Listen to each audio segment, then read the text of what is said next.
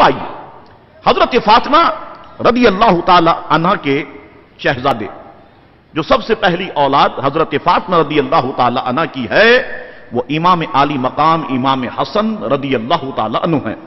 अब हम उसूल बरकत के लिए इन पर गुफ्तगू कर लेते हैं। 15 रमजानुल मुबारक 3 हिजरी में पैदा हुए। हुजूर करीम अलैहिस्सलाम तशरीफ लाए, फरमाया अली अपने इस बच्चे का नाम रखो। अर्ज की या रसूल अल्लाह सल्लल्लाहु अलैहि वसल्लम नाम तो आप ही रखेंगे। हुजूर ने फरमाया फिर मैं अपने इस शहजादे का नाम हजरत हारून अलैहिस्सलाम के बड़े शहजादे जिनका नाम शब्बर था, मैं अपने बच्चे का नाम वो नाम रखूंगा। शब्बर सुरयानी जुबान का लफ्ज है और अरबी जुबान में इसके माना होते हैं हसन। तो रसूल करीम अलैहिस्सलातु वस्सलाम ने जो है अपने शहजादे का नाम हसन रखा।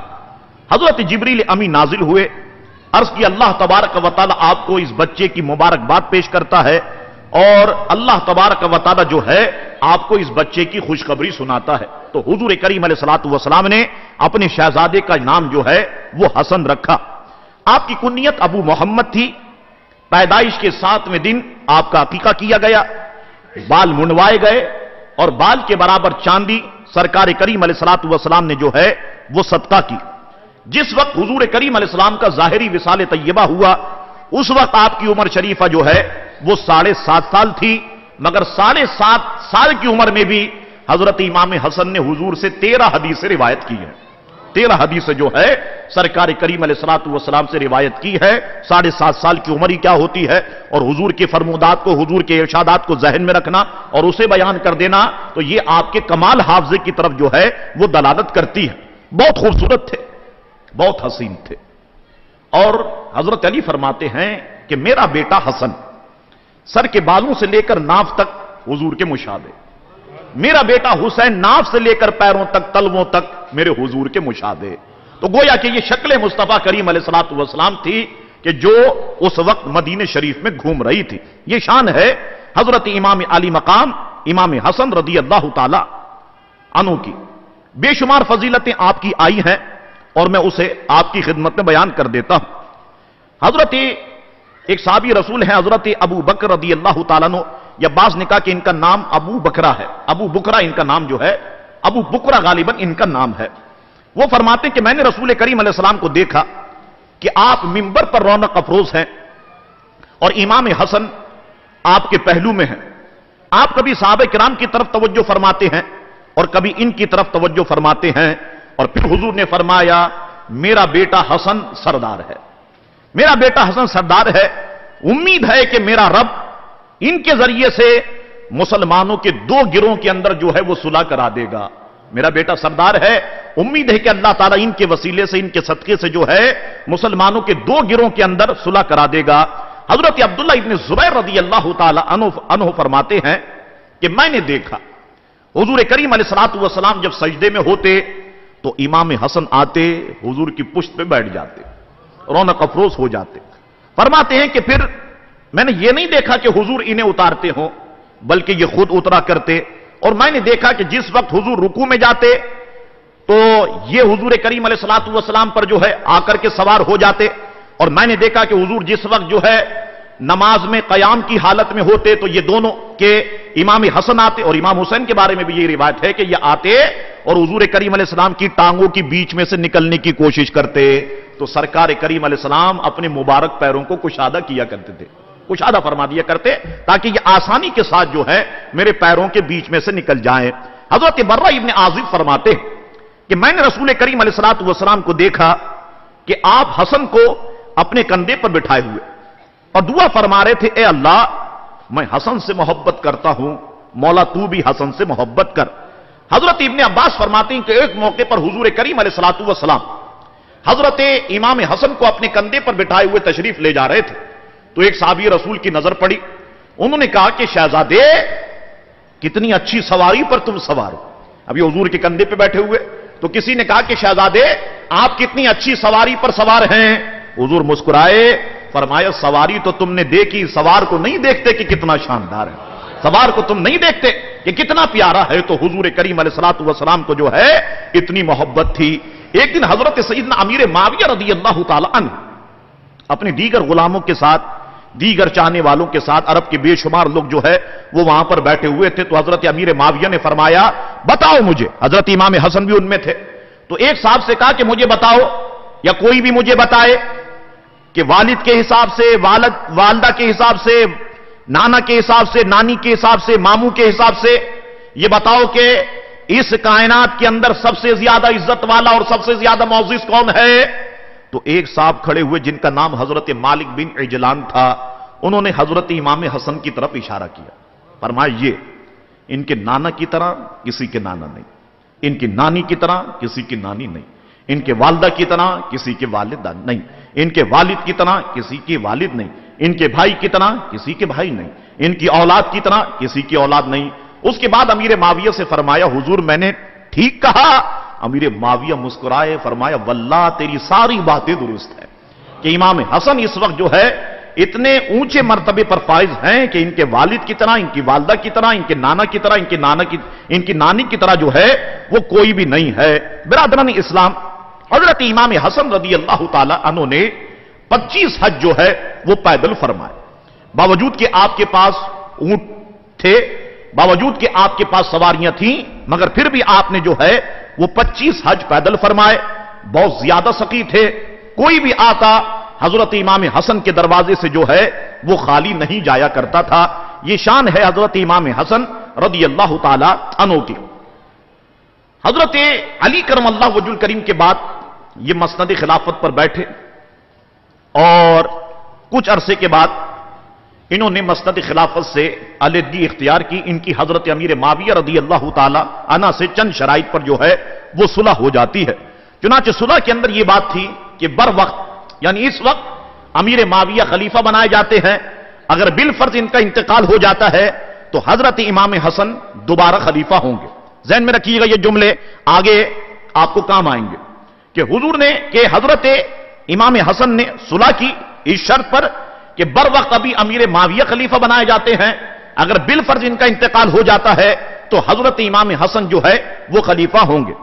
اور دوسری شرط یہ تھی کہ مدینہ شریف اور حجاز اور عراق کے جتنے لوگ ہیں کہ جو حضرت علی کے ساتھ جنگ میں تھے صفین کے موقع پر، تو ان سے جو ہے وہ کوئی بدلہ نہیں لیا جائے گا، ان سے کوئی پوچھ گچھ نہیں ہوگی. اور تیسری شرط حضرت امام حسن کی یہ تھی کہ میرے ذمے جتنا بھی قرض ہے وہ آپ ادا فرمائیں گے. تو حضرت امیر معاویہ رضی اللہ تعالی عنہ نے یہ تمام شرائط کو قبول فرمایا.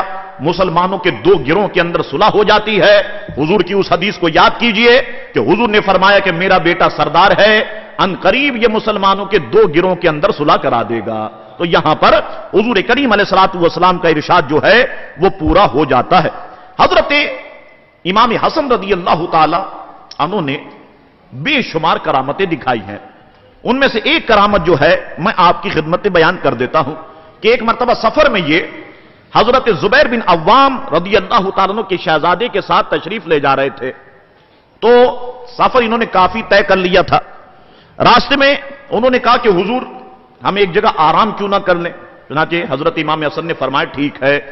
پھر یہ آپ کو ایک کھجور کے باغ میں لے آئے، مگر اتفاق سے اس وقت کھجوروں کا سیزن نہیں تھا، کھجوروں کا موسم نہیں تھا، درخت کھجوریں نہیں لگی ہوئی تھی. تو انہوں نے ایک درخت کے نیچے امام حسن کا بستر کر دیا اور دوسرے درخت کے نیچے اپنا بستر کر دیا. اب یہ دونوں جو ہے لیٹے ہوئے ہیں. تو اتنے میں زبیر بن عوام کے شہزادے نے عرض کی حضور کتنا ہی اچھا ہوتا کہ درختوں پہ کھجوریں ہوتی. امام حسن مسکرائے، فرمایا کیا کھجوریں کھانی ہے؟ جی حضور میں نے کھجوریں کھانی ہے. امام حسن نے فرمایا کون سی مشکل بات ہے؟